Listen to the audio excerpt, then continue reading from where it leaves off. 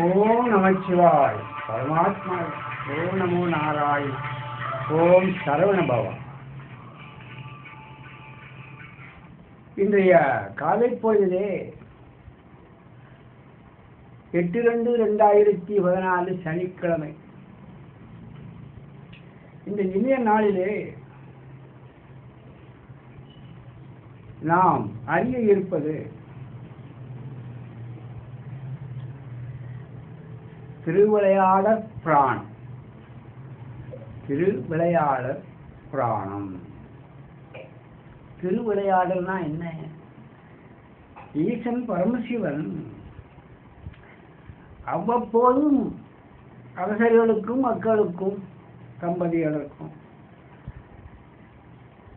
இந்த உலகத்தில் உள்ள அத்தனை பேருக்கும் கனவிலே தோன்றி அல்லது நேரடியாக தோன்றி வரமளிப்பது, என்ன காரியத்தை செய்ய சொல்வது. அப்படி செய்தமையால் அப்படி ஒரு 64 இலைகள் நமக்கு கிடைத்திருக்கின்றது. இந்த பரஞ்சோதி முனிவர் நமக்கு சோழ நாட்டில் உள்ள திருமறைக்காடு என்னும் இடத்துல தோன்றி இருந்து நமக்கு தந்திருக்கின்றார். இவருடைய தந்தை மீனாட்சி தேசிகர். அவர் தந்திருந்த இந்த 64 லீலைகளை அதை பற்றி நாம் இப்பொழுது அறிவோம். அந்த 64 லீலைகள்ல இப்பொழுது நாம் அறிய இருப்பது வளையல் விற்ற பருவம். வளையல் விற்ற பருவம். படலம். வளையல் விற்ற படலம். எந்த பருவத்திலே வளையல் விற்க முடியும், அதை பற்றி நாம் இப்பொழுது அறியலாம். ஓம் நமச்சிவாயம். இந்த ஒரு சமயத்தில் தாழ்காவனத்திலே வாழ்ந்த முனிவர்கள் மனைவியுடைய கற்பை அளந்து காட்ட சிவபெருமான் திருவுளம் கொண்டிருக்கின்றார். கோமணம் விபூதி பூசியும் உடைய பிச்சாடான வடிவச்சிலை கொண்டு அவர் தாருகா வனத்தை அடைந்திருக்கின்றார். யாரு? நமது ஈசன் பெருமான். அவருடைய திரு சிலம்பொலியையும் கமருக ஒலியையும் கேட்ட முனிவர்களின் மனைவி இருக்காங்க பாருங்க, பிச்சையிடுவதற்காக வெளியே வந்திருக்கின்றார்கள். வந்தவர் அந்த பிச்சாடானுடைய சிவனுடைய அழகில மயங்கி பேரழகில மயங்கி விட்டார். சிவனா எப்படி இருப்பார் பாருங்க. அந்த அழகிலே அந்த முனிவர்களுடைய மனைவியிடம் மயங்கி விட்டார். காமம் இருந்து வந்தவர்கள் அவர்கள் பேரழகிலே மயங்கி விட்டார். காமம் இருந்து அவர்களுடைய கூந்தல் அவிழ்ந்து விடுகிறது. உடவே அது அவிழ்கிறது. மார்பிலே விட்ட துணியும் கீழே விடுகிறது. வளையல் சலசலப்பை மெய்மறந்து நிற்கின்றார்கள். அவரை பார்த்து, ஈசனை பார்த்து சிவபெருமான் அவர்களுடைய அவ்வாறே காம மயக்கத்தில் ஆழ்ந்து இருக்க செய்து மறுபடி இருக்கின்றார் என்று ஆழ்வார்கள். சிவபெருமானுடைய லீலையை பார்த்து ஓம் நமச்சிவாய. முனிவர்கள் தங்கள் மனைவியில் நிலை கண்டு நடந்த நிகழ்ச்சியை அறிந்து அவர்கள் மதுரை நகருக்கு வைசிய பெண்ணாகிய பிறக்குமாறு சாவு மட்டி விட்டார். முனிவர் இல்லையா, ஒரு மனைவியில சாபம் விட்டுட்டார்.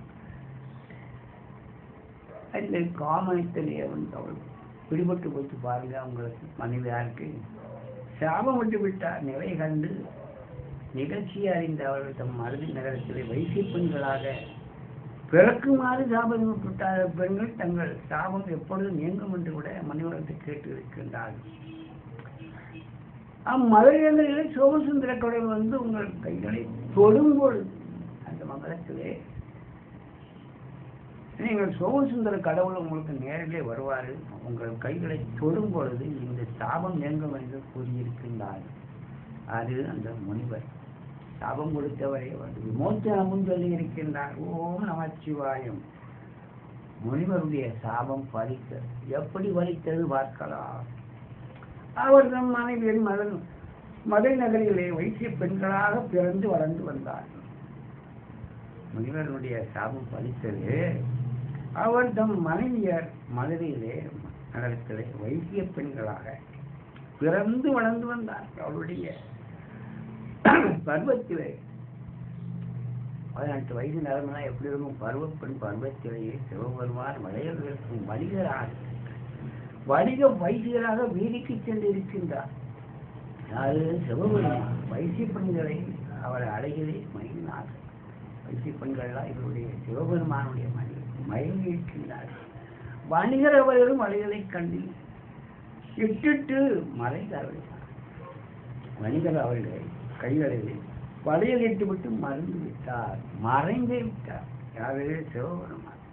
மறைந்தவர் கைகளிலே மறைந்தவர் யாவரும் காணுமாறு திருக்கோயில் விமானத்து உள்ளாகிய திருவுளவாய் தோன்றியிருக்கின்றார். வளையல் விட்டவர் சோமசுந்தர கடவுளே என்று அறிந்து அனைவரும் உயர்ந்து மகிழ்ந்து துதித்தார். வந்தவர் சோமசுந்தர கடவுள் தான் என்று அப்பொழுது மறைந்த வரவுதான் அவர்களுக்கு தெரிந்தது. இதெல்லாம் இவர் தொட வேண்டும் அல்லவா? அப்பொழுதுதான் அவர்களது விமோசனம் நீங்குகிறது. ஓம் நமச்சிவாயம். சிவபெருமான் திருக்கரம் பட்டதால் வைசிய பெண்கள் யாவரும் கருக்கொண்டு வீரமும் சீரமும் வாய்ந்த நல்ல மக்கள் பெற்று சில நாட்கள் வாழ்ந்து பல நாட்கள் வாழ்ந்து பல வருடங்கள் வாழ்ந்து சிவலோகம் அடைந்து இருக்கின்றார்கள் பாருங்கள். இப்படிப்பட்ட விமோச்சனம் இந்த பெண்களுக்கு வைசிய பெண்களுக்கு கிடைத்திருக்கின்றது. சிவபெருமானுடைய லீலை எப்படி இருக்கின்றது பாருங்கள். சிவபெருமான் தொட்டால் கேட்கவாதியான எல்லா வீரம் எல்லாம் வந்துவிடும். அதிக நாள் வாழ்வதற்கும் நமக்கு பொறுப்பணி கிடைத்துவிடும். அப்படிப்பட்ட ஈசன் வளையல் விட்ட படலம் எப்படி இருக்கிறது என்றால் பாருங்கள். இதெல்லாம் சில படங்களிலே வந்து சினிமா மீடியாவிலே இதை எடுத்து நமக்கு காண்பித்திருக்கின்றார்கள். அப்படிப்பட்ட ஈசன் அவருடைய யாருக்கெல்லாம் அருள வேண்டும் என்று இருக்கின்றதோ அவர்களுக்கு அருள்வார், நிச்சயம் அருள்வார் என்று நம்பிக்கை கொள்ளுங்கள். அவர் மீது அவரை பற்று கொண்டு அன்பே தெய்வமாய் என்று அவரை பூஜியுங்கள். கோயிலுக்கு செல்லுங்கள், வணங்குங்கள் என்று கூறிக்கொண்டு சிவபெருமான் விளையாட 64 ஒன்றை நாம் பார்த்து விட்டோம். வளையல் விட்ட பழலாம். ஓம் நமச்சிவாயம். இத்துடன் இந்த திருவிளையாடல் புராணத்திலே ஒன்றை நாம் அறிந்து கொண்டோம். வளையல் விட்ட பழலாம். அடுத்ததாக நாம் ஒன்றை பார்க்கலாம். ஓம் நமச்சிவாயம். இதை உங்களுக்கு அருளியவர் யோகி சிவம். ஓம் நமச்சிவாயம். ஏரிக்குளம் கிணறு ஆறியெல்லாம் நிரம்பி வழியும் வாய்ப்புடைய மக்கள் வளமாய் வாழ்க வையகம், வாழ்க வளமுடன். ஓம் நமச்சிவாயம். ஓம் நமச்சிவாயம். சுபம்.